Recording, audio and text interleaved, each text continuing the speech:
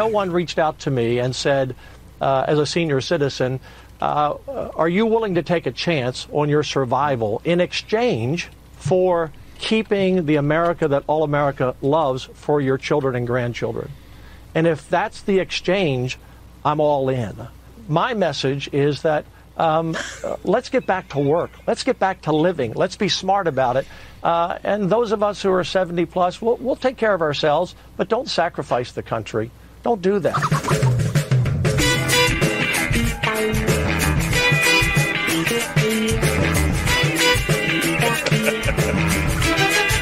Yes, we are in a whole new world of crazy, everybody. It is Friday, March 27th, 2020. Welcome to the launch of the reality TV Maze Runner Hunger Games Spectacular.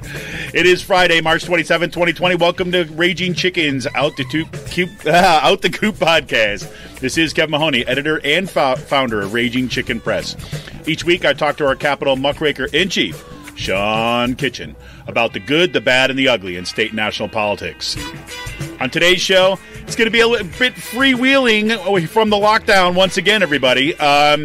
It's just so much going on, but we're going to get through a bunch of stuff. We've got to talk, of course, about America's crisis daddy, Andrew Cuomo. Yes, he is quickly becoming the dark horse candidate for president with his calming and soothing press conferences during the current pandemic. Have Dems finally found their messiah? We shall see. Are you willing to risk your life for the economy? Well, Governor Daniel Patrick from, what was it, Daniel Patrick, is that his name? I think it's his name. Down in Texas, you heard him on the intro. Yeah, seems to be the new line. Is that put yourselves on the pile, 70-plussers? I mean, are you serious? He was serious, but I bet you that guy has got the best medical care that you could possibly get. Crazy. But Fox News and Wall Street bankers, they want to send people back to work during the pandemic in order to protect the wealthy. And some will live and some will die, is their thinking. Hey, it's only patriotic. And the Senate passes a $2 trillion stimulus package. Looked like it was all set to be voted on in the House today. However, Republican Representative Thomas Massie of Kentucky sought to basically force members to return to D.C. for the vote. Right? They passed special rules allowing members to vote kind of, virtually or from online, send in their votes. But no, he wants to be a strict constitutionalist and force there to be a quorum and bring everybody back to D.C. Can't believe it. Even Trump was out there lambasting him on Twitter today. We'll see where that goes. And another signs of the apocalypse, UK Prime Minister Boris Johnson tests positive for the novel coronavirus.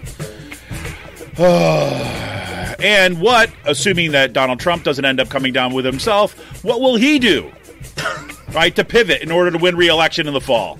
We're just waiting. We'll go through the options. We don't know, but there's a bunch of options, at least the table is set for, that's for sure. And Tom Wolf, if you remember, we talked about this last week. He went hard on the lockdown in Pennsylvania. We were pretty encouraged by that.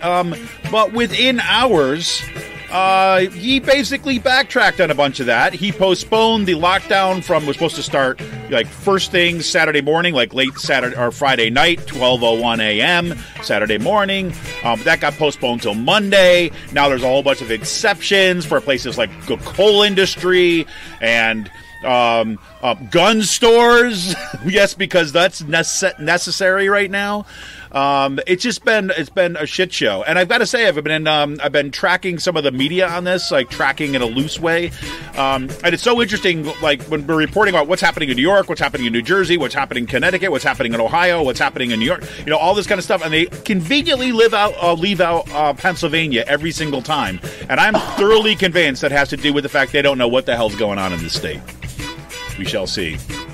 And today's last call, I will play it by ear, everybody. I'll let you know a little bit about what Free Will is releasing. The releases are down a bit, as you would kind of expect. They're still doing their takeout service that you can get through the app. We can talk a little bit about that and a little bit on our experiences just being out and about in the midst of all the crisis. Want to remind everybody to tune in to The Rick Smith Show on Free Speech TV this and every Saturday at 7 p.m. Eastern. You can stream the show live at freespeech.org. You can also tune in on the Dish Network, DirecTV, or through the Free Speech TV app on Roku. And you can make sure to download The Rick Smith Show daily podcast on iTunes, Podbean, or wherever you get your podcast. Rick has been tearing it up online right now, so I would strongly recommend that you get out there and listen to his stuff. And if you want a progressive future, we need progressive media. You can help support Pull No Punch's homegrown progressive media today. Become a member of Raging Chicken Press for as little as $5 a month. Simply go to patreon.com/rcpress and choose your membership level. We're expanding our network as we prepare for the fight of our lives, the fight of our future in 2020, and we're all in for that fight. Now we need you. We're not asking you to break the bank. We're asking you to become a member for the price of a good beer once a month. Help keep the media in the movement and the movement in the media. Become a member for as little as $5 a month by going to patreon.com/rcpress today. And I should say that Sean and I are testing out a little bit of a new addition to our podcast. And that addition is the possibility of streaming on YouTube. Our members will get the treat. Today, we are actually using OBS Studio, which is one of the kind of podcast or kind of like live streamer programs that's kind of available, and we've got it set up. You probably, you might. I don't think you're going to hear any difference in the podcast today, but our members will be able to see this kind of dry run of it. We are not streaming live today. What you will see on YouTube will be the traditional YouTube post that comes up, the auto post. But what we hope to be able to do is produce a better produced show, especially for this podcast, and potentially to kind of broaden out some of what we're doing here. If we can get this to work right, I've got a little bit of an issue with my video drivers on my computer. I'm going to have to get that either fixed or updated in computer. Probably going to need a second computer in order to really run this properly, but we shall see.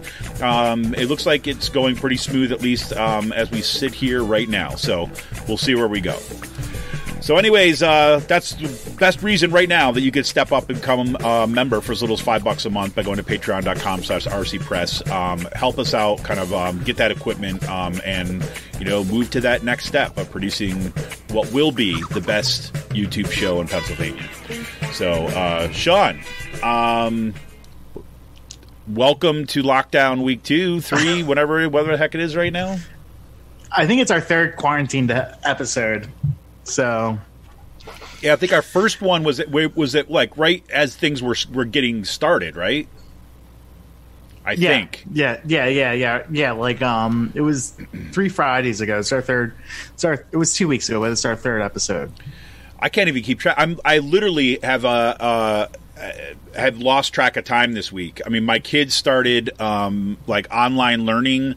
This was my first week of teaching online, transferring all my classes to kind of online. It was, and the weeks, like my kids' week started technically on Tuesday instead of Monday. It was chaotic, and I literally had to remind myself 3 times this week that it's not Friday yet.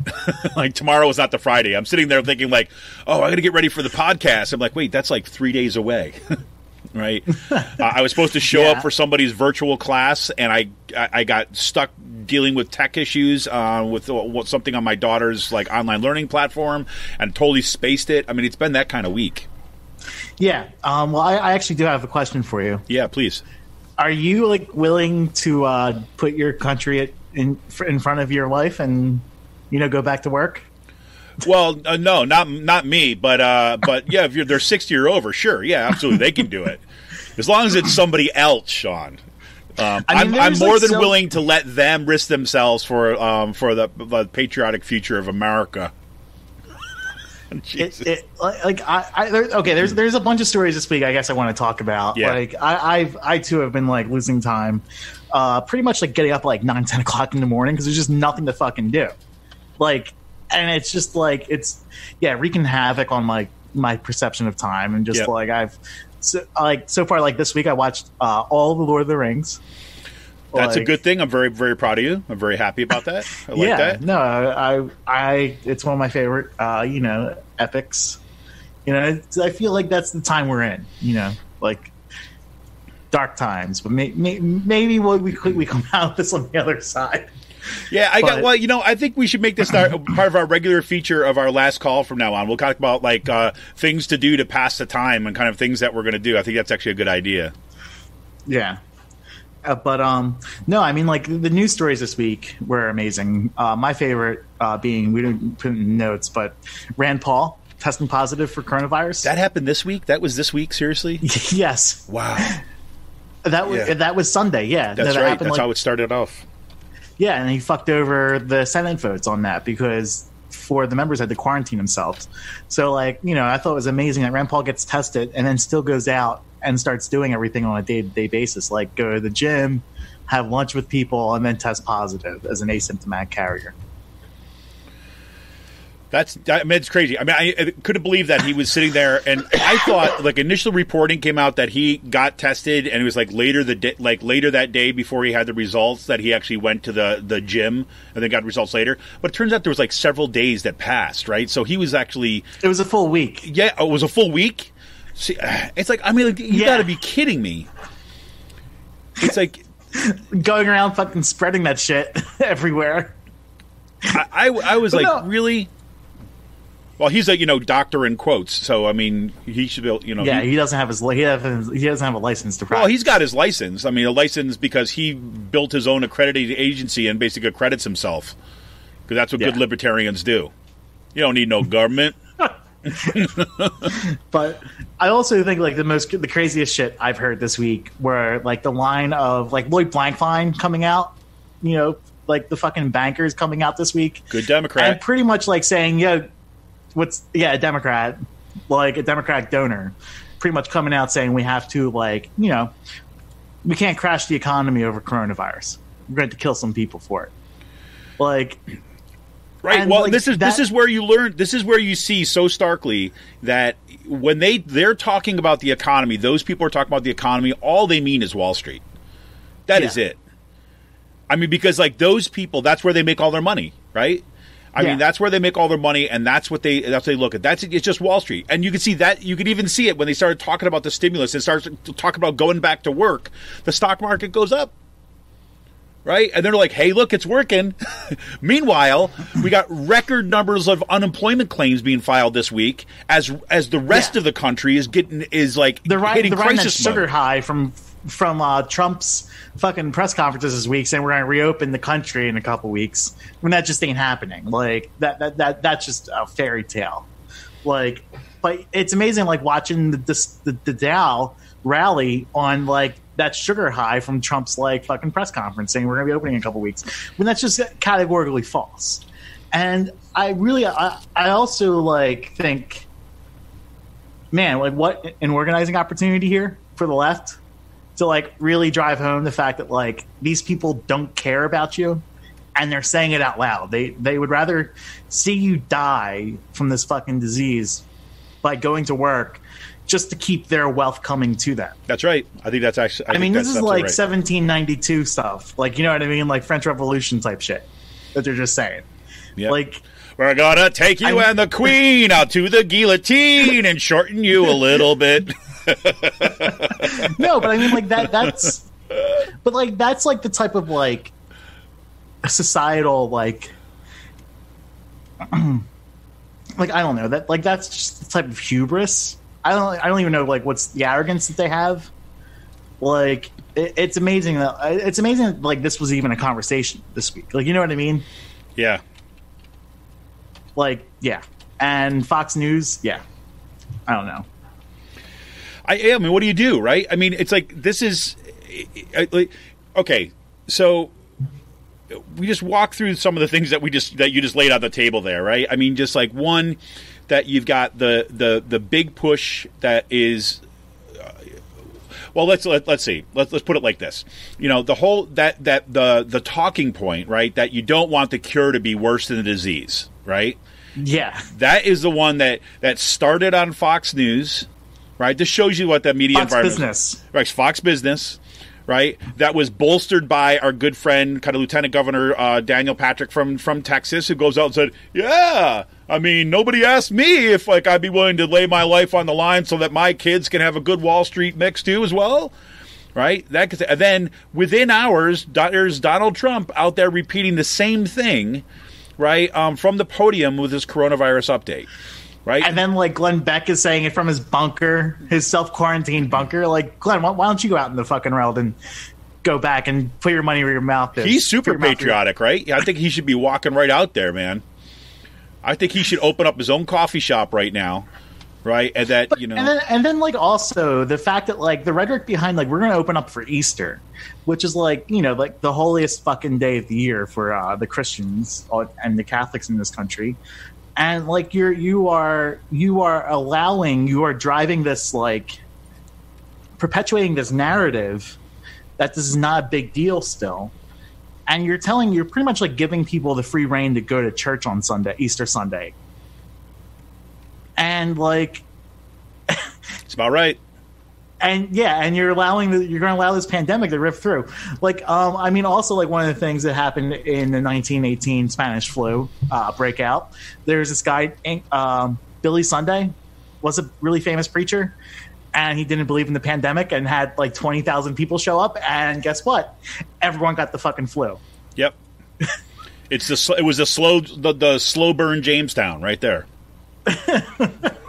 Yeah.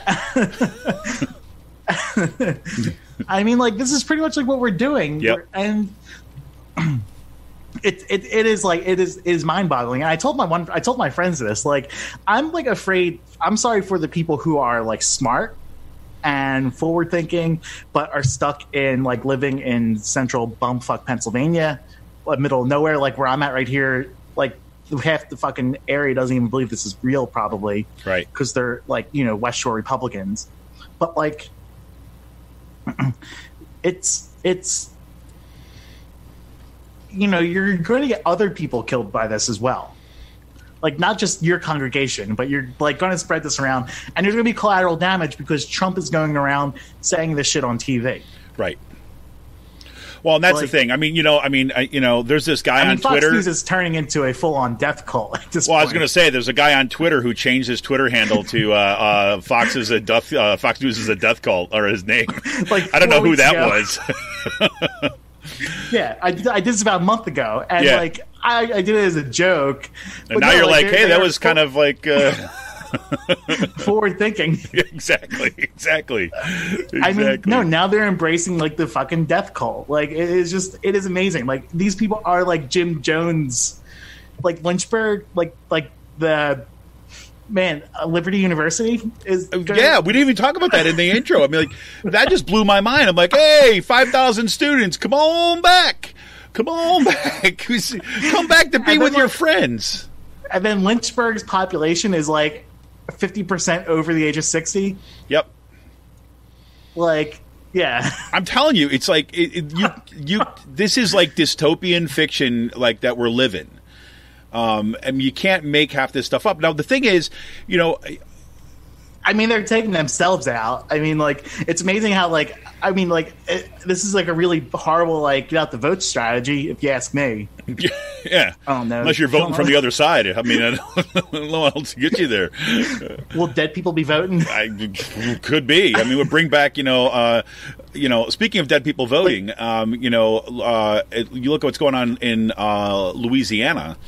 Right. And I say that because, in part, Louisiana had a long tradition. Like, that was, like, one of the places where dead people would show up to vote, quote unquote, like, quite often. There was, like, all sorts of Chicago as well. Chicago as well. Right. So, but in Louisiana, like in New Orleans, you see what's actually, what the consequences of let's kind of Mardi Gras. Yeah. Let's kind of, like, celebrate the coronavirus. And this is what we're going to get.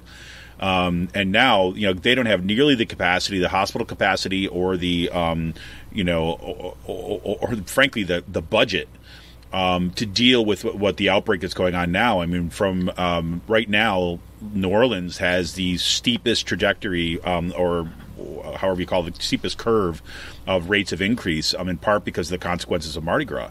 And the thing is that, people... We're still, like, a week away from seeing everyone who out fucking drinking St. Patty's Day weekend. Well, that's exactly it, right? I mean, I think that this week coming up is going to be is where we're going to start to see, like the consequences of kind of inaction and people's disbelief, and the kind of the death cult moves of kind of getting everybody to pretend that nothing's wrong. The surge of people going to the supermarkets, like. Well, exactly. I mean, here's the thing. I have a lot of difficulty just keeping my own head straight on this stuff. To be honest with you, is that there's like these. You see what's happening in New York City right now, right? And the fact that they actually had to pull up a refrigerated truck, kind of outside the hospital in Queens. To basically to kind of deal with the dead bodies that are coming out of the of that hospital. Elmhurst, I think, is the name of the hospital. Which actually, I think a friend of mine from college used to work there. She's not there anymore, but if I remember right. But yeah, so they bring a refrigerated truck in there to bring out to bring out the bodies because the morgues aren't going to be able to handle the capacity. I mean, that's just they're not even at their peak yet. And these are the kinds of things that we're seeing. And my gut is saying that this week coming up is going to be when we're going to really start to see, the capacities of our health system hitting crisis mode, not just in New York City, but around the country. Yeah, no, and thankfully, I have not gotten sick yet. You know what I mean? Knock on wood. I'm just I'm counting down the days.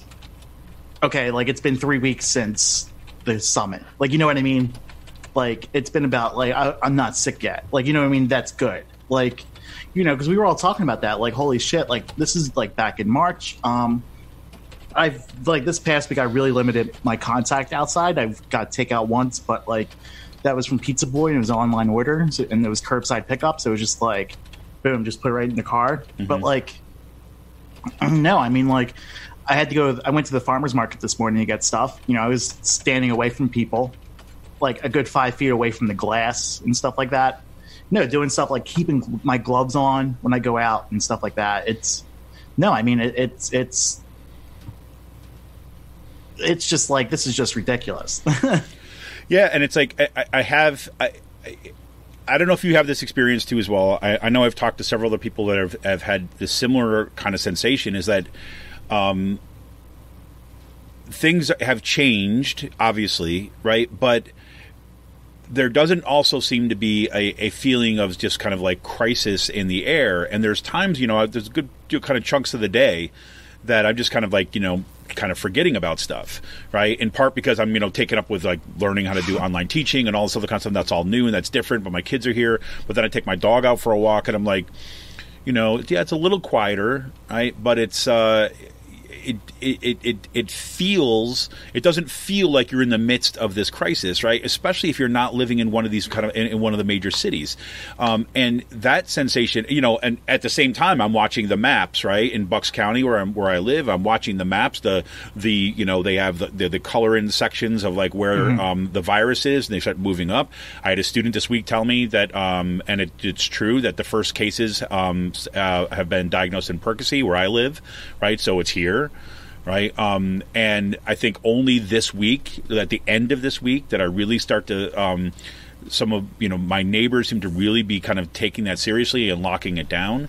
But still, one of my neighbors is still kind of how much of this is actually a conspiracy, So that doesn't bode well, right? I mean, I have such a difficult time figuring out how deeply that sense of okay, we need to take this seriously. I don't know how deeply that's penetrated. Yeah, it was interesting. I grabbed pizza this week as well, but no, the You're guy just a freaking vector, man. He's gonna track. Where's Sean Kitchen go this week? No, I've literally kept my contact down two or three people a whole week, which is no. I mean, I know you're good at this stuff. I'm just giving you your time. Yeah, I mean, I had my point where I had to break down and get it. But no, it's just and he the pizza, the guy's from Italy, and he's I'm watching this happen over in my home country, and he's I can't believe what's happening. It's happening here now, what's happening in New York City and all. He's I didn't think this would happen in the United States. I was yeah, I kind of looked down, I was I've been following this for about a month now, a month and a half. He's what? And I'm yeah. He's how did you know about this? And it's just just from following like the political stuff and us talking and listening to Sam Cedar, like, you know, like, but it's amazing how this was on no one's mind. Yeah. Politically or anything up until like now. Right now, yeah. I mean, seriously. I mean, I do think that, you know, we started off today with, you know, talk a little about Andrew Cuomo. Maybe a good kind of point to kind of step in. I think that Cuomo, his kind of pleas from the podium and, you know, or / campaign for president, but his pleas there, I think, are the first thing that have broken through the broader discourse. And I think, frankly, that has a lot to do with the fact that all the major media outlets are in New York City. And they're all feeling it, and now they've got somebody that they can turn to that's literally right I mean, down the also, street. like, someone from MSNBC died, or NBC died this past week of the coronavirus. I mean, like, this is going to affect a lot of people, and it's just like, this is the type of thing where, like, your wealth doesn't matter. Like, if you get it, you're fucked. It doesn't matter how rich you are. Like, if you're like this, I mean, we're getting to the point like when the hospitals are jammed, like your wealth isn't going to be able to save you. Yeah, well, I don't know. I'm not so sure about that. I think that your money's not going to protect you from getting the virus. However, I'm pretty confident that you got enough money, right? And I mean enough money where you can buy your own doctors and stuff like this. They're going to be fine. It's like but the vast majority of the population, like the 99%, right? Yeah. That's who's at risk. Right, I mean that's the other thing that's disgusting about even like with this $2 trillion stimulus / bailout package, the people that get the most benefit from that package are that kind of top 1% or 1/10 of 1%. Right, I know. We saw this. The first death in Pennsylvania this week was a woman in her 60s who was afraid of the medical bills. Like, we're gonna have a lot more people dying because they're afraid of their medical bills. That's right. And, like, I mean, like, if this ain't an argument for pushing for Medicare for all, you know, universal health care, when is it? Yeah, I agree. I mean, if this should be a no-brainer at this point. I mean, even like initially, I mean, you know, it's so wild to watch these, you know, this is where you realize that, look, so much of the Republican Party really has become about kind of like market fundamentalist ideologues, right? I mean, it is a religion. Right. At this point, there's no other way of describing it because, like, when it became absolutely clear that the only way to really respond to what we're doing now is making sure that everybody's got access to health coverage, right? Not access. Everyone has health coverage, right? Yeah. Everyone's going to get treatment for free, right? There's going to be no bills. It's not going to be affordable as centrist Democrats like to say. No, it's going to be there, period, right? Testing there. Period, right? That stuff should be absolutely no-brainer because like you were saying, it's like, you know, the virus doesn't kind of pick and choose kind of which class of people it goes after, right? It's just a virus, right? So, and this became clear how to deal with it. And when everyone's being told to stay home, right, and nobody has income, or a large percentage of people don't have income, it becomes pretty clear that, hey, like a UBI, right, as your baseline needs to be there. MMT is becoming very popular over the past couple weeks. Well, this is just it. This is where I want to go to. It's like Rashida Tlaib, right, put out this proposal. I have it sitting over there. I should have brought it over here. Print the fucking coins. Right. So, like, print $2 trillion coins. Now, I don't know if this did not get a lot of coverage, right? And I know I understand we are all over the place today, right? So I'm kind of jumping from topic to topic. I get it. But I mean, I think all this stuff is connected and try to keep it all sorted in your head. I think now's like the point of like saying fuck deficits. They obviously don't matter. Republicans have showed us they don't care about deficits, right? And it's time to start applying MMT. Like, you know, like we have a like deficits don't matter because we have a fiat currency. Right. We have a currency, it just based on trust and fiat. Like, that's it. There's nothing backing it. There's no gold standards to it. There's no liquidity to our currency but it's built on trust in the American dollar. Right. Like, so we can just print money and fucking cover these things, and that's it. Well, so everybody who's not familiar with this, MMT is modern monetary theory. Okay, and modern monetary theory is not it's not something that is like people are inventing like it's a theoretical philosophical idea. It's actually Stephanie Stelton, who's like basically one of the lead people on this. She's at SUNY Stony Brook. She's been all over the place in the media lately because people are looking to her finally, right, to explain it, and she's really good at explaining this stuff. But it's basically saying, well, MMT is not like a theory, like a new philosophy of money. What it essentially is, it's a description, primarily a description of actually how money and funding works, right? And what Sean was saying there about a fiat currency, basically what that means is that the government says the government owns the money, right? The government has a monopoly over printing money. They're the only ones who can do that. And because of that, the government can't go bankrupt. The only way the government can go bankrupt is if we kind of pretend that it can, right? So the idea there, and again, she's very careful, and she's like saying, look, it doesn't mean that the government could just print just nonstop money all the time. If it did, yes, it would have impacts, right? People are so concerned about inflation and deficit and all this stuff that comes out of the 70s and the 80s and the 90s. But she's saying, look, that's really a misreading of how all this stuff works, right? And so... And I believe that one of the reasons why she was also an advisor to the Bernie Sanders campaign, both in 2016 and 2020. And I also believe that this is one of the reasons why Bernie did not kind of go out full-fledged and kind of say, here's how I'm going to pay for kind of Medicare for all. Here's how I'm going to pay for all this stuff. Because he understood, I believe, that the government has the ability to expand its own kind of funding, right? And we saw this in Rashida Tlaib's proposal, that kind of piece of legislation that kind of dropped out this week. Didn't get a ton of coverage, but it was really important, right? And it was about minting $2 trillion coins. All right, and that comes from this. It's a provision that I think it got a law that was passed, I believe, in 1993. Or 96, I believe it was 93 though, where they basically said, and it was a recognition of exactly what modern monetary theory describes. It's basically saying that, look, there's the government can basically print these coins. They have to be platinum coins, right? And they basically give them to the Federal Reserve, and they force the Federal Reserve to buy them. Right, and because $1 trillion coin, and that they have to hold on to them permanently, right? And so, because $1 trillion coin, you can't just like go to the grocery store with that, right? It has to be broken out. So what the Fed does is they release additional money to compensate for that. So on their balance sheets, right, they've lost zero money. Right, because this is an exchange, it's a complicated problem. Exchange of Treasury bonds, but the Treasury bonds are actually like zero interest, so it's a wash, right? But it's an accounting way, right, of kind of making sure that these things balance out. You're not kind of like spending things that are not technically on the books. That's the real concern. So they put this provision in that you can mint these platinum coins in any amount.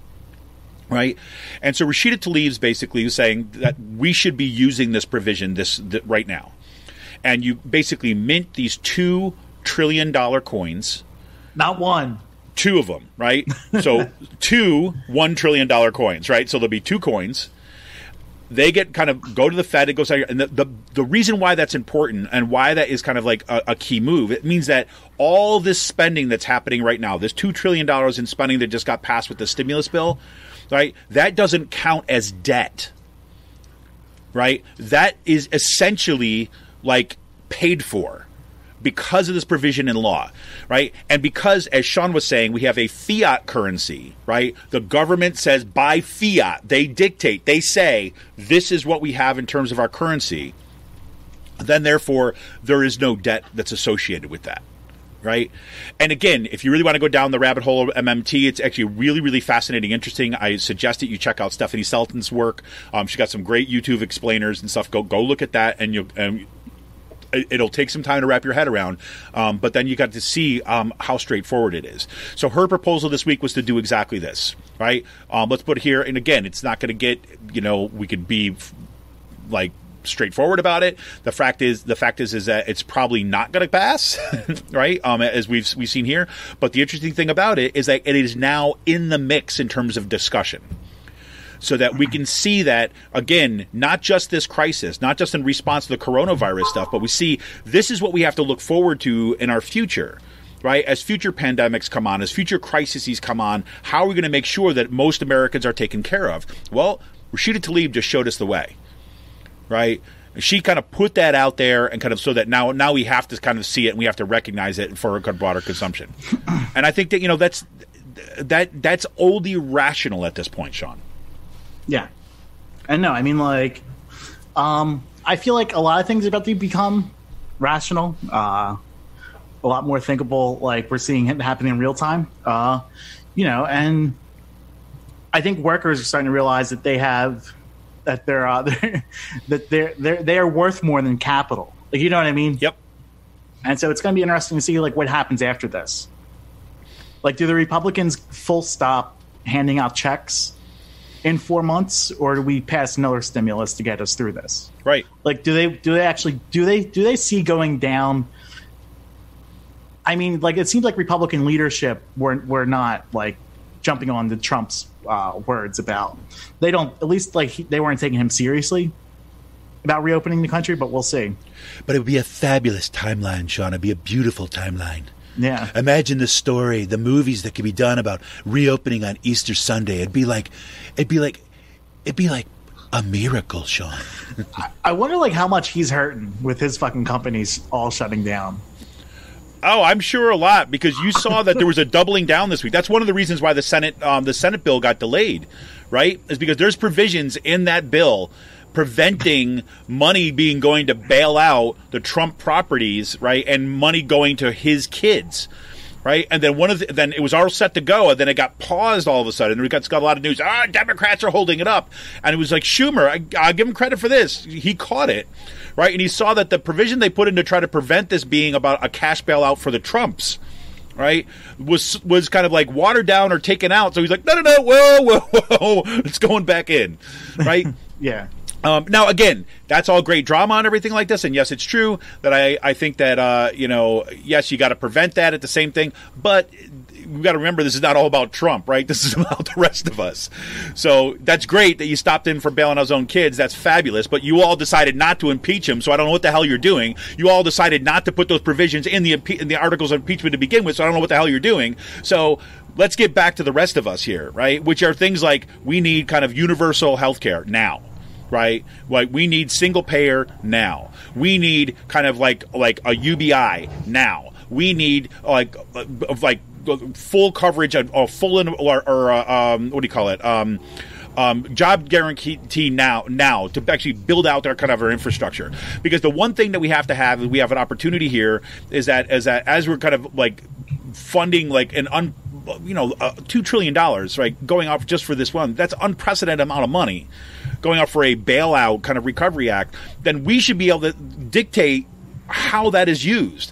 Instead of going back to our shit jobs, right, instead of going back to our kind of like, crappy health care, we should be demanding that, baseline, $15 an hour plus easy access to unionization, right? We should be demanding single payer health care for everybody, right? This is if this is not the clear sign, I don't know what is.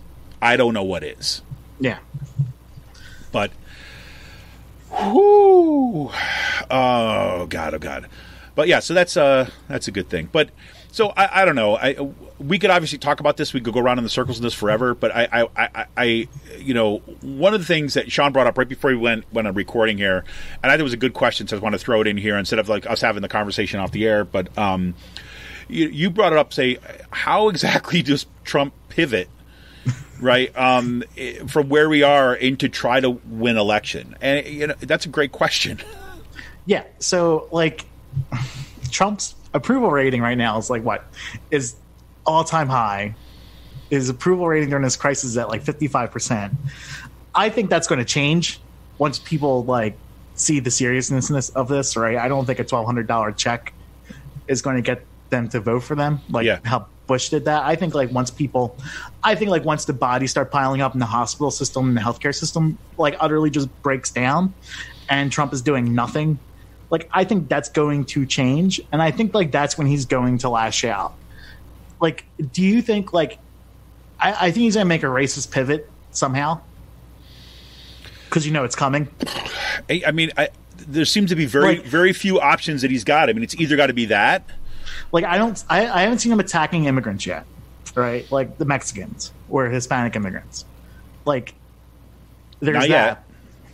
No, and I don't see but like I could absolutely see him pinning the blame on this, like on New York City, where this outbreak is happening, even though it's worse in Louisiana, and like blame this on, this is New York's problem, like that they cause for the rest of us. Like, you know what I mean? Right. So yes, right, and I think that up until this week, there was a potential narrative for Republicans that would kind of, that just basically it's from their playbook anyways, that would pit the coasts against Middle America, right? Yeah. That, because it started in Washington State, right, and then it's kind of New York City. That is now becoming increasingly problematic, like as a narrative, simply because we got Louisiana.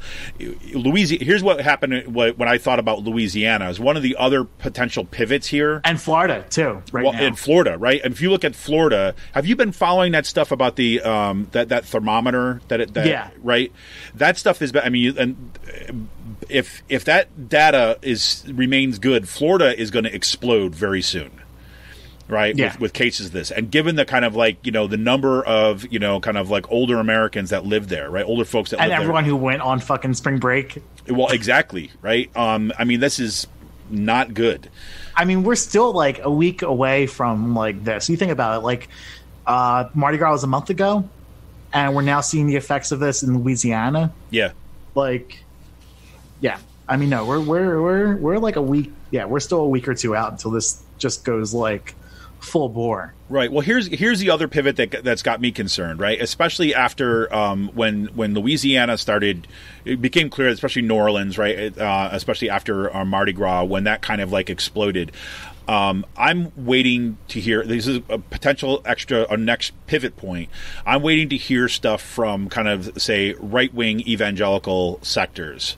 That will look at this as about excess, right? Sinners, exactly, right? Stephanie Borowitz, the Sodom and Gomorrah, right? Well, exactly, right? This is we need Dave humiliation, prayer, and fasting. Well, this is exactly. I mean, when you brought that up, and I started thinking about her, I started thinking about well, this is Mardi Gras, right? How do you actually say, well, Louisiana, red state, right? Well, maybe it's just because they give all this license to kind of debauchery and all this stuff, and it's time to rain down the fire, right? I'm waiting for that.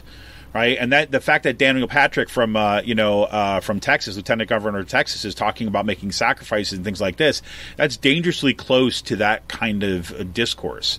And if Trump latches on to that gets us to a whole new level of like holy shitness, like Christian fascism. Yeah, exactly. Right. Yeah.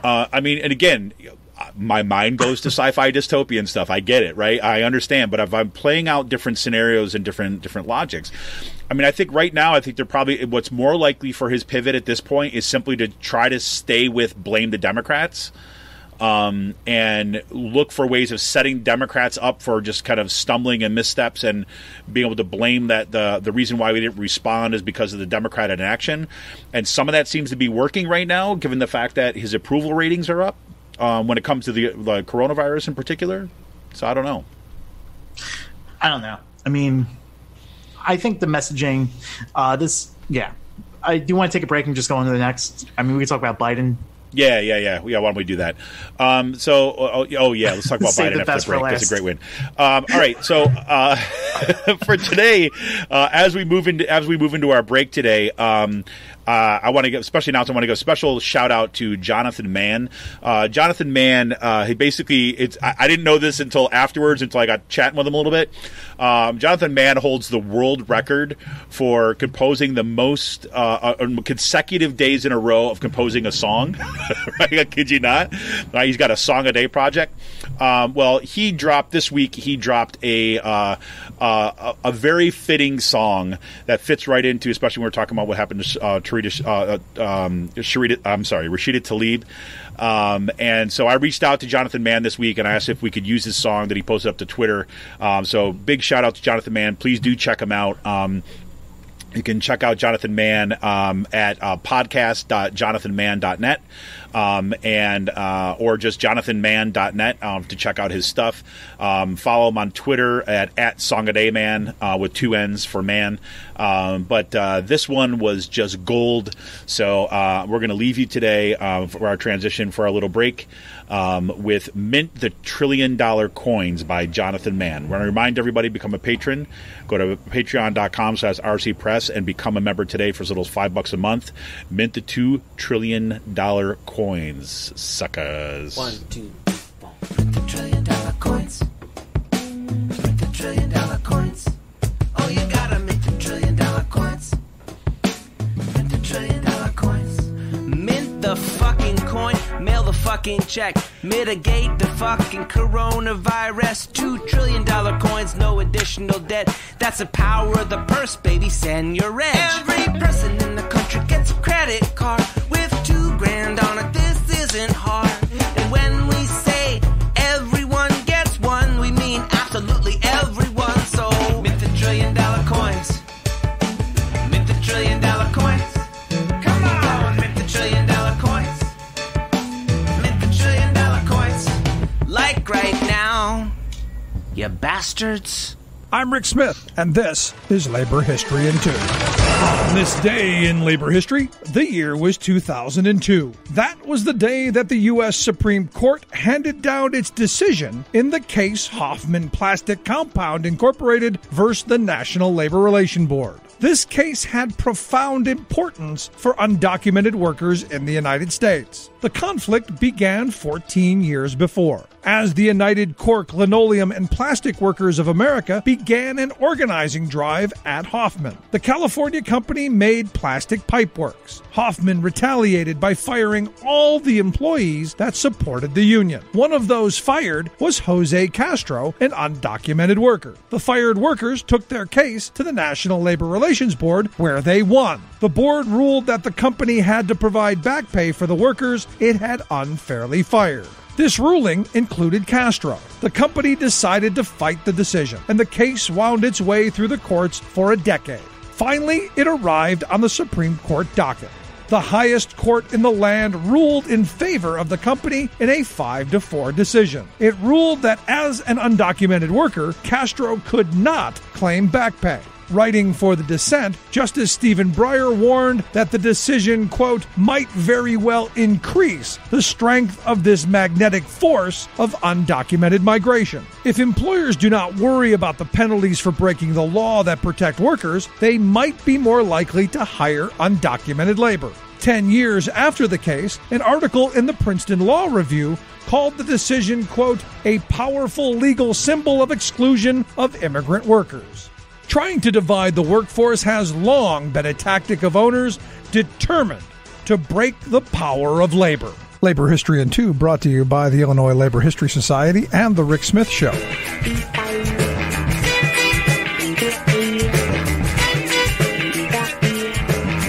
Welcome back to Raging Chicken's Out the Coop podcast. This is Kevin Mahoney sitting here once again with Sean Kitchen as we are in our lockdown quarantine show number 3. As you've seen, our normal way of kind of coming at the show is kind of transforming as we speak, as our show becomes infected with the coronavirus itself. So just bear with us for a little bit as we do this. And it's going to be a little bit more free-flowing for the next couple weeks, is my guess, given the amount of stuff that's going on. But this is normally our PA focus. But we're going to do PA Plus today, right? Just kidding, it's a PA Plus. It's like, Medicare Part C or something like that, whatever, Part D. So can we start, before we talk about a little what's going on in Pennsylvania, can we start a little bit with the presumptive nominee? What's his name? Starts with a B. Biden, yeah. Hayden Biden. All right. What's your take, man? Seriously. I think he should just like not go back on TV at this point. Let's go. Okay. We're fucked. That's my like. Fair enough. Like that's my like that's my feeling. If he's nominee, we're fucked. Like, I don't know.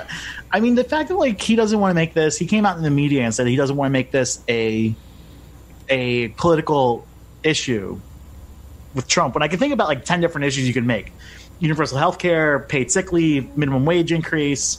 Like all these worker advances that like people have been fighting for, like unions have been fighting for the past 10 years. Like these are all now like actual like platform issues. Right. Like paid sick leave is going through the roof. The recognition of that. Like there are things you can do to make this political right now, and I think that like it is like absolutely a mistake that Biden was off the air for a week, hiding. No one knows where the fuck he was at. And then also like not willing to like bludgeon Trump with. I mean, like this is absolutely. Well, Sean, I think you're being a little unfair there. You got to recognize the fact that he was hard at work building his podcast studio in his basement. I mean, come on. I mean that's like that takes a lot. Yeah. Okay. Look at this. It took me like to get this set up that we've got here today. It took me probably like 3 hours or so. And he's old. So you got to spread that out over time, and you've got a crew that's got to set up the different camera work. But, okay, so like the thing, but like my idea, like thing with this is like the fact that like he said he doesn't want to make this a political issue about Trump is just mind blowing. Yeah, it is. I mean, like Trump, his approval rating is going through the roof right now, and Biden just does not want to make this a political issue against Trump. Like, yeah, it is a fucking political issue against Trump. Like, sorry. Like, like our organization, we talk about, like, you don't score points by playing, like, defense. You only score when you play on offense. Right. Like, yeah, and you, like, this is where I think with Biden, like, looking so fucking terrible on TV, like then this leads into like Andrew Cuomo, being the savior. That's right for like the party. That's absolutely right. And it's also like it's showing a couple of things. Like either Biden is in way over his head, which he is obviously. He never had the heart to do this. Like he was setting out to be a torchbearer, a seat warmer for someone else, like to set up a line of secession, and probably wasn't even like totally in it to begin with. Besides just rat fucking Bernie, right? That's pretty much like the reason why he's there is because the Democrats, I agree, absolutely hated Bernie, right? And like we were talking about this earlier, if the Democrats really wanted a unity candidate, they all could have rallied behind Liz Warren and have her as the nominee. And I agree. They didn't. Like they just went with like, and that's where I think like Warren's campaign was playing towards, like being the unity candidate, like getting those people who all rallied behind Biden to rally behind Warren. And okay, look. So we have two things. Go ahead. Sorry. But okay, so like that's like a side tangent. But like, and now we have someone who is not fully stable mentally, and who I think like didn't fucking sign up for this. Like he didn't sign up for having a pandemic, like destroying any hopes he ever had to become president. No, that's right. And I think like the reason why he wasn't on TV for the past week, he's probably said, "Fuck it, I don't feel like dealing with this." I don't know if he's saying. I mean, I don't know. I think he's like. I don't know. I don't know. I don't. I think that's what it puts off, though. I don't think it's a fuck it. I think it's more like, oh shit. I think it's not like, no, I didn't sign up. It's more like, oh wait a minute, I didn't sign up for this, and now you want me to do what? I don't know if I can do that. I mean, that's the way he comes across to me, right? He comes. I mean, there's he can't even. Well, number one, he started his campaign without a policy platform. Yeah. Right? His campaign was about saving the soul of America because of Charlottesville. right? That's how he launched his campaign. And I think that was what they wanted to run. They wanted to run. I agree with you 100%. It was meant to set someone up for to make the transition that initially the Democratic Party elite were basically, okay, we need somebody who's going to be recognizable. And Biden said this, my vice president should be right. Boom, a woman who's capable of taking over this stuff, right? Exactly. Yeah, and he even hinted early on in his campaign that he was actually considering just running for one term. Yeah. Right, so I mean, all that was laid out. The problem was, I think that there was also they said, okay, we got Joe Biden. Joe Biden's going to be kind of out in front. He's going to be the one we have. But there were other factions within the Democratic Party, like elite, the leadership, right, who also were saying, well, maybe we actually needed kind of pivoting towards that next generation. So I think that's where Kamala Harris was launched initially with a lot of promise, right, and I think that even. Forget the Bloomberg thing. I don't even care about Bloomberg anymore. But it's like Kamala Harris in particular, I think was going to see there. Then Pete Buttigieg came up, and then there's some people toying around with him.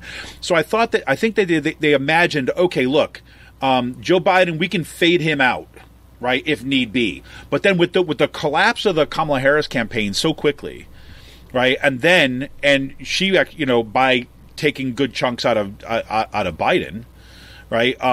And then Pete Buttigieg finding there's no traction for that guy.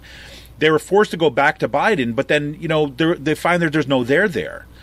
And because there had been this, insistence that not just we have to defeat Bernie at all costs, but the hatred towards the progressive wing of the party, right, prevented those people in power, with the exception, I have to say, David Plouffe was on MSNBC in some of these kind of post-debate discussions about directions of the campaign, and he was one of the people that kind of was hinting at maybe we need to be looking at Warren, right? And I'm not saying this before Bernie people jump on me, right? I'm not saying that Elizabeth Warren is just like Bernie Sanders. No, I recognize there's differences and things like that there, right? But for me, it's we don't live in an ideal world where we actually have a third party that's going to be the most progressive. It's not like that right now.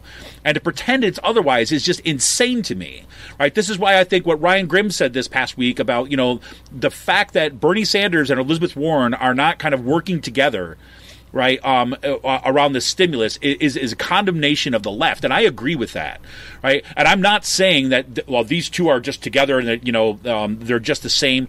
Michael Brooks has been all about kind of wanting to keep these divisions between Sanders and Warren. And look, and I agree with keeping that alive so we understand it.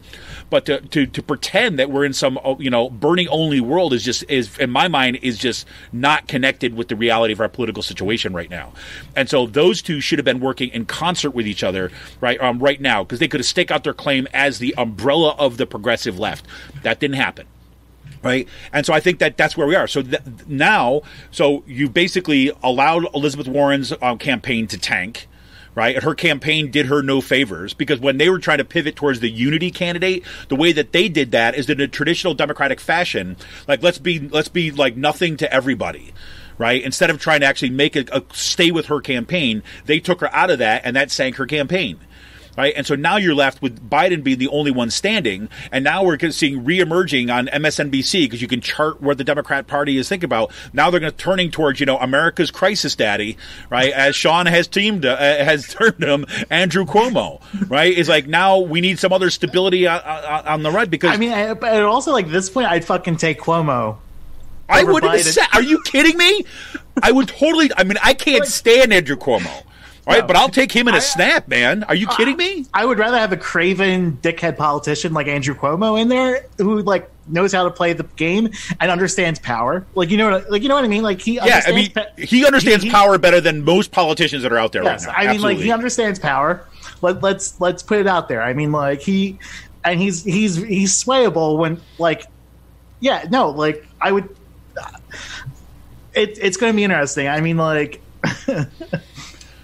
The Cuomo, does he actually become a thing for this, or is this just Democratic Twitter joking around and having fun? No, I think this is look. I think this is this is cosplay. This is wishful thinking. It's cosplay. Right? Yeah. It's what they're doing is they're toying with the reality of this stuff, and they're trying it out to see how it fits. right? And I don't. The problem is I don't think the Democratic Party has like the spine to actually carry through with that, because they'd be too worried about upsetting Biden people. Right? I don't really think that would happen. I'm just saying. I mean, I'm not. That's the way I look at it, and I think that but if you're okay, so like this is also on like with Biden. I mean, if you're within the Democratic Party, I mean, I've had these conversations with people over the past year. Everyone fucking knows that Biden's mental capacity is declining. Of course they do. I mean, like, and these are people like, I mean, and people have been talking about this since 2018 when he was campaigning in Pennsylvania, and like everyone knows he's lost a step. Well, let's not talk about let's not talk about people. Let's talk about you, right? Because when you went out to one of his campaign events, right? When you saw him, this was a long time ago, and you came back from that, and you're like, man, he just did not look great. Yeah. Right. I mean, that was not like in the midst of the campaign. I still remember that conversation when you were like, man, did you see him? Like you called me. We were talking to something like this. You're like, man, he's clearly like this is like a week before the election in 2018. Yeah.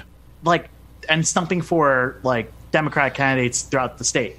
And like he ditched his speech, completely rewrote it, came out like an hour late at this rally, and like he just wasn't holding it together. Yeah. And people just like said this is Biden being Biden. He had no energy to him. And like, I mean, like for me there, I was just like, okay, there's just no way he's going to be the nominee. But just simply because he can't even get through campaigning, stumping for people during the midterms. Right, exactly. When it's not even that exhausting. When you're being brought on as the celebrity guest, right? I mean, not as the person who's out in front, and he couldn't even handle that. Yeah, but I mean, like this has just been fact within the party, and it's just like, are there people within the actual like that part of the party, like I don't know if it's like the DNC or within like the inside circles of like the establishment party, like they have to realize this guy is like not mentally competent. Like, are they trying to figure out an out for him now or no? I think a lot of them are trying to figure out an out for themselves, to be honest with you. I think that this is where Crystal Ball has been really good about this, and and Sagar Enjeti too as well. It's also like I think like if Biden is the nominee and he loses, I think that whole entire grift within the Democratic Party is over. Yeah, like, I don't Perez see how the consultant racket and all that kind of stuff. I don't see how that survives in the same way that it does before.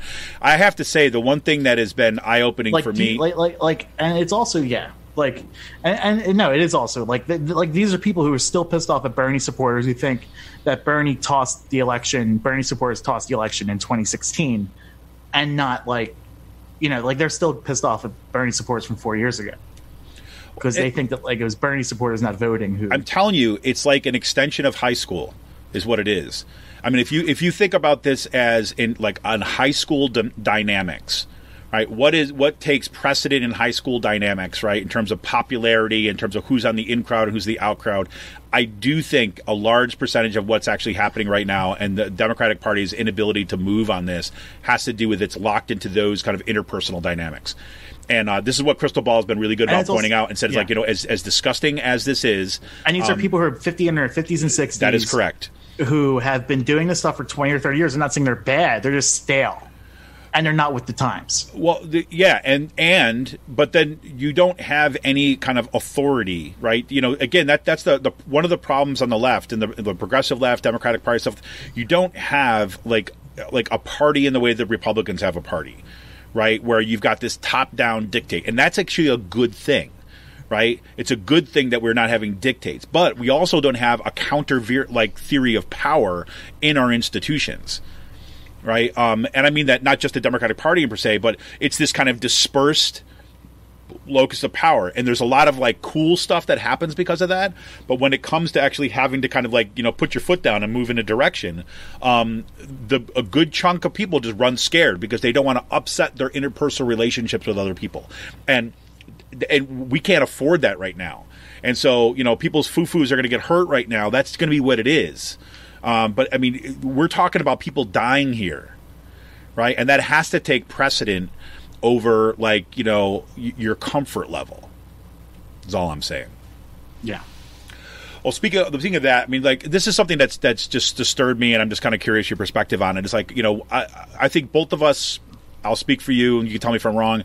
Last week and last Friday, we're very encouraged to see that Governor Wolf was actually taking some pretty strong steps forward in terms of, calling for kind of shutting down things across the state, making sure that bars and restaurants were closed, non-essential businesses, non-life-sustaining businesses were all going to be kind of shut down as a way of like taking pretty dramatic steps towards containing any further outbreaks.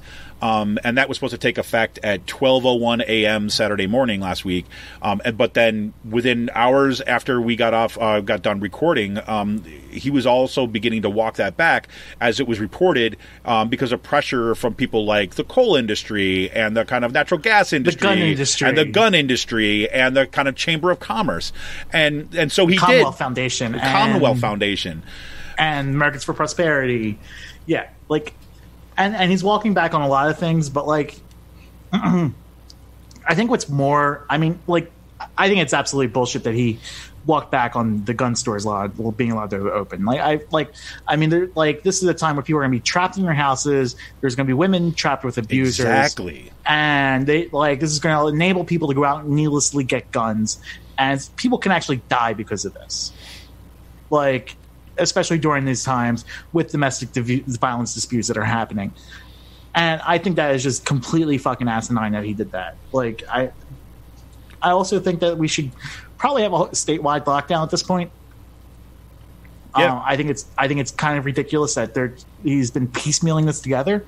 And it's also like some House staffers that I'm friends with are like, a lot of people are puzzled by what Wolf is doing. It makes no sense. I mean, look. I mean, this is the end of his terms, right? I mean, this is like he's not running. He's not. And like the Republicans are all they're doing is like just fucking around to make themselves seem relevant, which is not helpful at all. No, it's not. It's not. And I think they have to just be called out on that, like to stop their fucking games. But they won't, though. You know they won't. I know. No, they won't. And it's been interesting, like listening to these press conferences.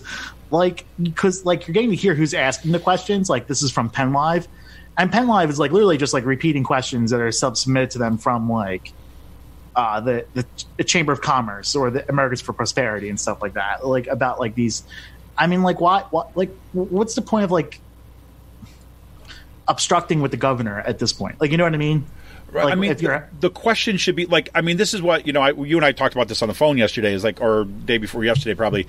And I was saying is like, one thing that I don't get is like, if you're the governor at this point, right, and you feel all this quote unquote pressure, like, first of all, I don't know the pressure. What is the, like, what are the consequences of that pressure? That doesn't even make sense. And why wouldn't you be the guy who's out there being like, okay, I hear that you're worried about making your profits in the coal industry, or I hear that you want to sell more guns and that you're gonna threaten to sue me, but I'm going to go with science. I'm going to go with science, who tells us that if we want to save people's lives, this is what we're going to do. So sue me, right? If you need to sue the government in order to try to kind of like, because you want more people to die, have at it. I said, I am going to go with the science, and I signed up and I took a pledge to protect the people of Pennsylvania, and that is what I'm going to do. That is a very simple thing to do, right? And that is within his control. So when you talk about pressure, I don't know what the hell the pressure could be. The Democrats are already in the minority, right? They're already in the situation where they're, it's like, it's not as if they need to hold on to their majority. I mean, I don't know what it is. So why would you not be coming out and taking a strong stance here to say that we're going to protect people? And I don't care if you're going to threaten to sue us. Go for it. We're going to protect lives. Yeah. I mean, that really frustrates the hell out of me, and I don't understand it one bit. I can't pretend I understand it one bit. Neither do I. But well, good. We got that settled. I was hoping for, maybe we could be able to come to something, but there you go. We'll just throw our hands up in the air because we don't know what the hell's going on with that. Yeah, no, and I mean, the legislature, I don't know. I mean, like, yeah, no. Don't know. Yeah. I mean, like, put your hands in the air. We don't know what to do. At least they agreed to delay the primary until June 2nd. That is true. So So we're not going to have a whole bunch of people kind of like standing in lines, coughing on each other, spreading the virus more, right? Oh, did you see the memo that was put out by like one of the election boards from the primary a couple weeks ago? They were telling if you voted in like the Illinois primary to go see a doctor immediately and get tested. God. And this is like the fucking primaries that like the DNC and Thomas Perez were telling people to go out and vote in. That's like, just crazy to me. Yeah. I saw the interviews with him. I mean, and that's like thanks Obama, right? Because let's remember that was Obama's pick to keep Keith Ellison out of the leadership of the DNC.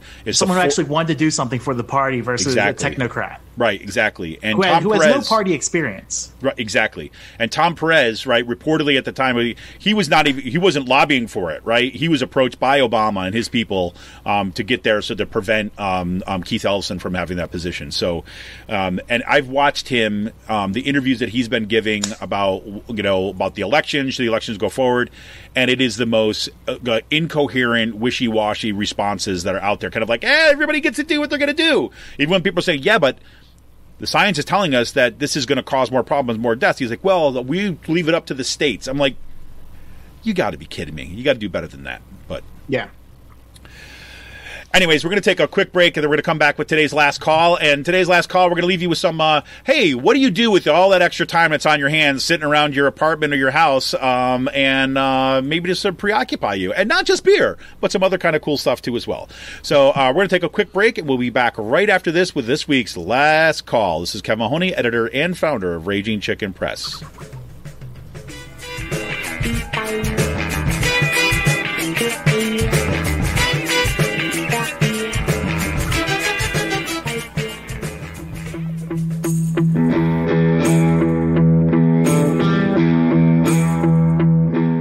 This is Kevin Mahoney, editor and founder of Raging Chicken Press. For the past 7 years, Raging Chicken Press has brought pull-no-punches, progressive reporting and commentary to the interwebs. Our long-form investigative pieces, stories that no-access journalist wants to touch, or rollicking weekly podcasts strive to advance progressive movements and perspectives rooted in the struggles happening across the country or down the street. We've broken national stories and caused our share of discomfort in the halls of power. If we want a progressive future, we need progressive media. And you can help support Pull No Punches, homegrown progressive media today. Become a member of Raging Chicken Press for as little as $5 a month. Simply go to patreon.com/rcpress and choose your membership level. We need to make sure to keep the movement in the media and the media in the movement. Best way you can do that is to become a member of Raging Chicken today by going to patreon.com/rcpress. Thank you for your energy, your encouragement, and your support. Keep up the fight.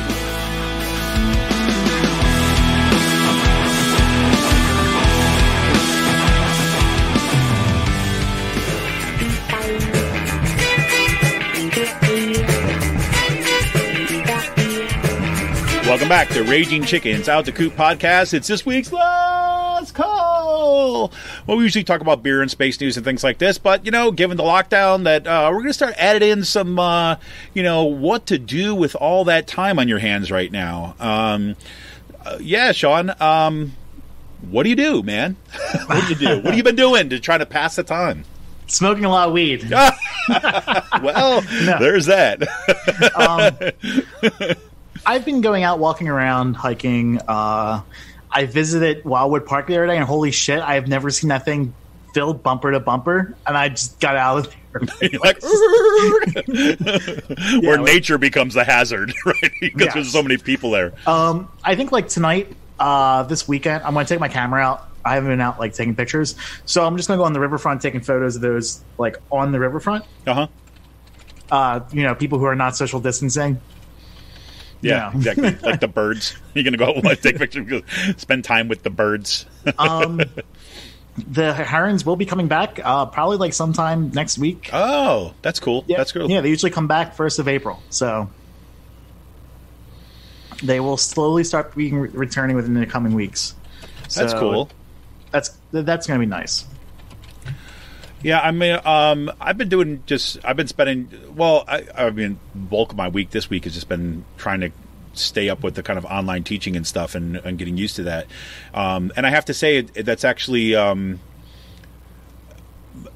it's been so far it's been a fairly positive experience. In part because I think I had some really, really good students, and just to kind of stayed in communication with them about how we're going to do this. But I've been spending extra time doing some of that stuff, and plus, my kids are doing kind of online education now, so I've been trying to figure that out. We get lots of emails that are coming in from kind of the schools and that kind of stuff, but I have been trying to find some things that are, I don't know, kind of more like stuff for the, absorb all this stuff. And I've been reading this book, and I'll warn you ahead of time, everybody out there, that if you are the kind of person that doesn't like to go down dark holes when the dark hole is right out your door, don't do this. But I'm reading this really awesome book called Severance. Hold on, let me bring it up. I thought I had it there, but it's by Ling Ma. And it was published like 2 years ago and kind of won kind of a bunch of awards. And it's basically this lead character. Her name is Candace Chen. It's a millennial, and the whole group is kind of really focused on kind of it's a very millennial kind of focus thing, and it's a group of people that have fled New York City after a pandemic. Right? It wasn't a virus. It was actually a fungus in the book. But it's just remarkable reading this piece of fiction in this kind of like this future where that is totally dystopian, and having to deal with and it's kind of like a reverse zombie book, right? So in other words, this fungus affects people, but instead of them turning into zombies, they just kind of slowly start to kind of degrade. Right, where they resort to kind of repetitive actions that they're used to, right? Like setting the table and having family dinner, even though they can no longer eat and function, and they start wasting away and things like this. It's very depressing. But the other reason why I'm suggesting it, especially for Out the Coop fans, it also exists within the framework, and there's what I'm starting to see. It's a kind of a growing critique of global capitalism. Right, because that exists within this kind of this global supply line chains and stuff like this. So it's very, very cool. So that's been one thing I've been doing. The other thing is, have you checked out by any chance this new Netflix show called "I Am Not Okay with This"? No. All right, I'm going to recommend that one too as well. Did you watch Stranger Things at all? I have not. No. Oh God. Oh my God.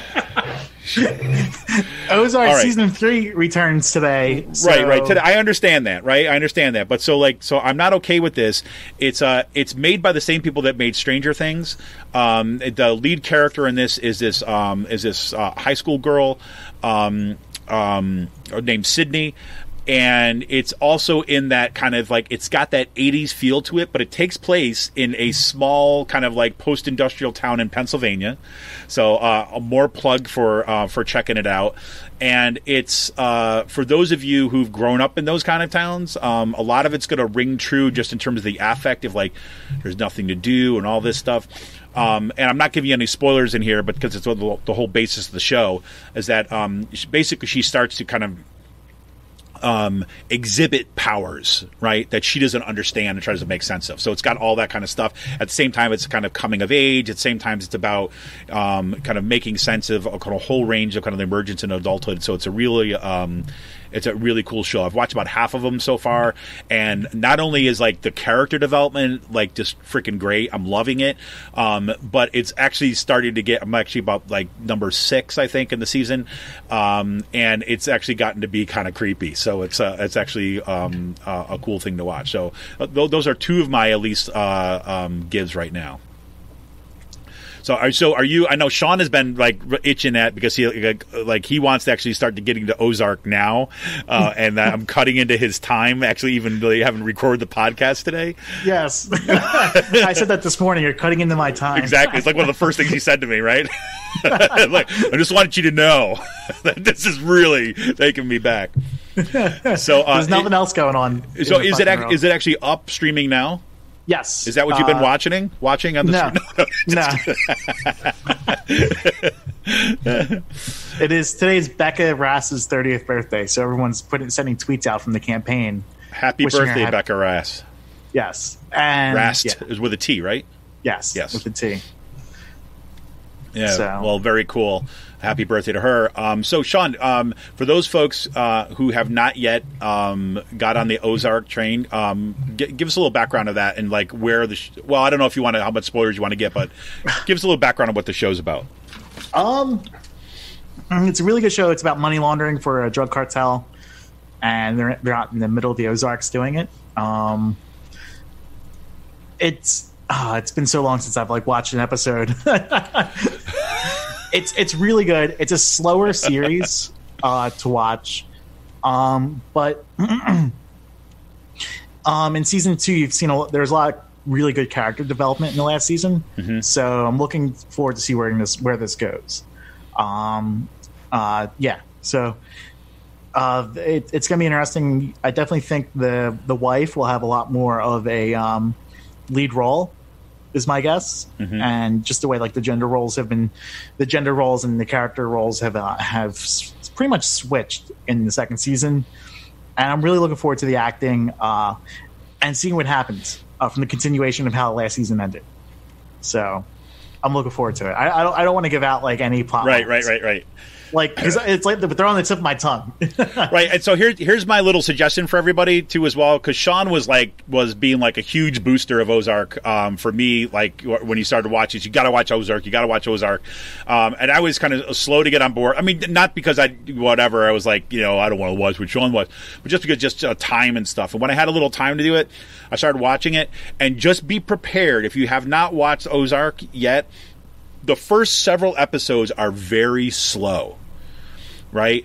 And I only understood that as being a very intentional choice by the by the producers and the director and stuff until later on in the first season into the second season, right? If you can just stay with it and understand that, like the first 5 or 6 episodes, yes, right, and it's like, and it's kind of like, okay, this is like slow down, but it's like it's dense as well. Oh my God. It's like it releases these little pieces of the plot, right? Where you start to question things, right? You're like, oh, that was a little bit odd, right? And then that starts to unpack, right? Yeah, like maybe that person who we thought was an innocent, naive actor is not. Yes. Right. Right. As a matter of fact, it's very, very different than what you thought, right? But it's really extraordinarily well written.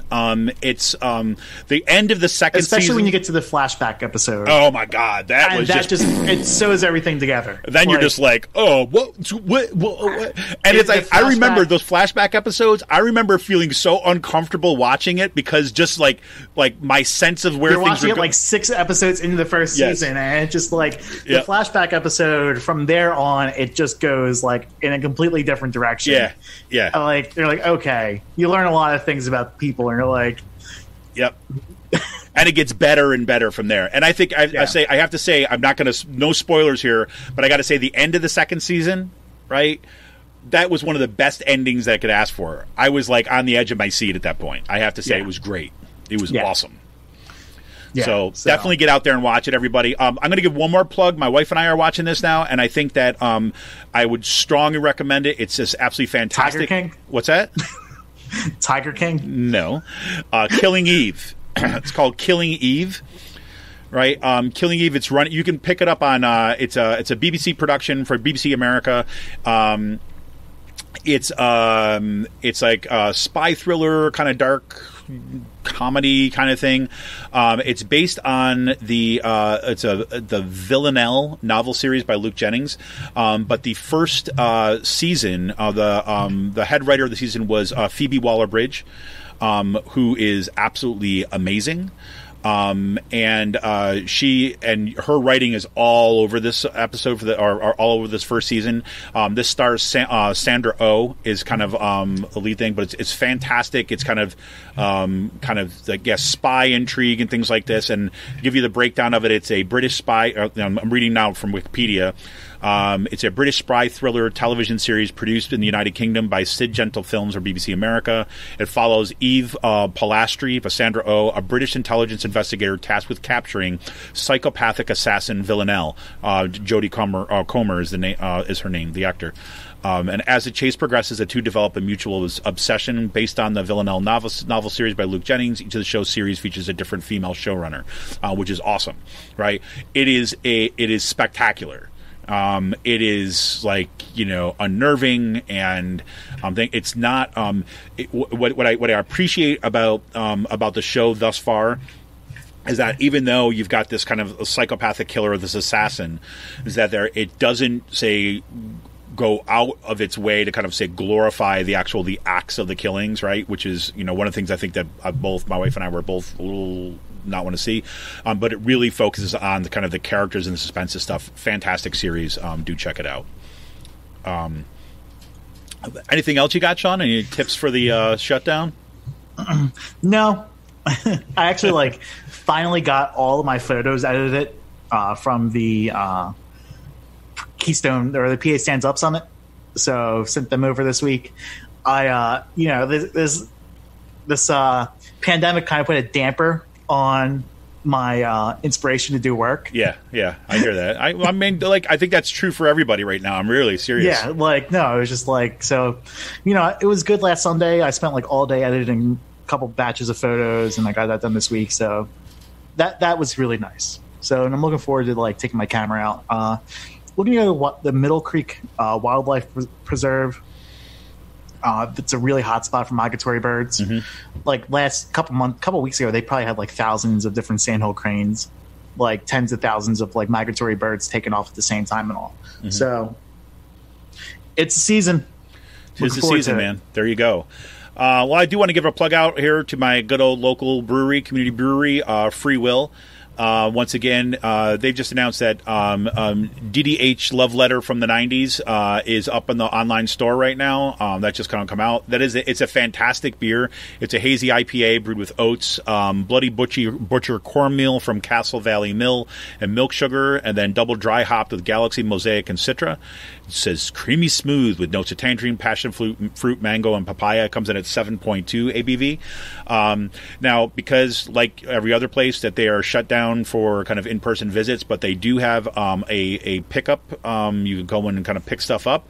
What they highly recommend is that any order should actually be going into they're open, should be between 12 and 6 daily. You need to pre-order, or should at least pre-order at freewillbrewing.com/store. If you go there, and again, it's www.freewillbrewing.com/store, and you can go there and kind of pre-order. They will pack it up for you, and you can come in and pick it up. Looking at their online store, I'm going to pick out some recommendations this week from their online store. I think this is how I'm going to proceed. Yes, DDH Love Letter from the 90s. Do check it out. That's fantastic. They do have Safe Word still available, which I have yet to pick up, so that's going to be on my agenda for the weekend. Safe Word is that kind of Imperial IPA with habanero. But I would also strongly recommend. Let's see, where is it? The sharing size chocolate caramel cookie. That one, I have to say, there's another sharing size that came out, was a coconut chocolate sharing size. That one I thought I was going to like a lot more, but the chocolate caramel cookie sharing size is absolutely fantastic. So check that out too as well. But do again, listen to me, then go to their store at freewillbrewing.com/store. Check out everything they've got there. You can order online and they'll have it ready for you to pick up. That's what I would suggest. I know that there are a lot of other local breweries. I was talking to somebody from the Harrisburg area. I was talking about Trogs has been doing something very similar to this. A huge shout out to some of the distilleries. Pizza Boy's having a sale case today, $40 for any case of beer that they have in the store of their own. Nice. So online order, pick up, and you can do it curbside. I did that the other day, and I might do that again Yeah, well, I want to. Yeah, there you go. And I want to give you all another shout out to some of the distilleries in the area.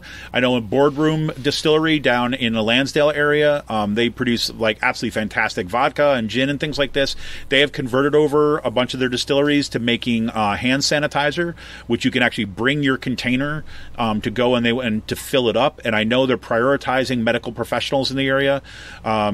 Which is absolutely fantastic. That is same true for Eight Oaks Distillery up in New Tripoli, Pennsylvania. They are producing hand sanitizer. They're looking to kind of flood the Lehigh Valley with as much as they can produce. They are not, at this point, I didn't look this morning, but at this point they are not looking to are giving out individual stuff, but they're primarily trying to focus on institutions, but that may change too as well. And if you know of examples of people in the area throughout Pennsylvania who are kind of stepping up to try to kind of fill the gaps in supplies and stuff like that, that would be absolutely awesome. One other thing that I heard from my wife about this too as well. There's some bars in the area, which what they had initially they would take a lot of say their cleaning products and things like this. They would to sanitize everything. After the end of the day, they go wipe down the tables and everything like this. And in some cases, have masks. Well, because they're all shut down now, they're starting to kind of like approach different places, doctors' offices and medical facilities, and kind of donating to them, saying, look, we're closed, we're not going to use this, and we know you guys need it. So if you hear that kind of stuff, please let us know. Drop us a line at ragingchickenpress@gmail.com. We'll make sure we'll give them a shout. Anyways, that's all I got for today. Sean, anything else for the good of the order? Nope, I am good. About to go enjoy the rest of my weekend. Fantastic, which entails going out to a park and then watching Ozark until his eyes bleed, right? Yes. All right, everybody. Well, hey, thanks for sticking with us, and look for some kind of changes going there. Our members, as a reminder, that the video of today's show is going to be posted to our Patreon site. That's patreon.com/rcpress. If you're a member, you can go there and you should be able to have access to that content sometime later today. And I'd appreciate your comments back because we're looking to see what it sounds like, what it looks like, what you think about it, and we're going to still experiment a bit before we kind of launch any of that stuff live. Just make sure that we can get it right. I know I'm working like 3 control panels right now in order to try to make this happen, so it's going to take me some getting some time getting used to on my end too as well. But in any case, this is Kevin Mahoney, editor and founder of Raging Chicken Press. I appreciate you sticking with us, and we will be back next week, if not sooner, in the midst of the coronavirus lockdown. Thanks, everybody, and for one last giggles, Lieutenant Governor from Texas, Don Patrick.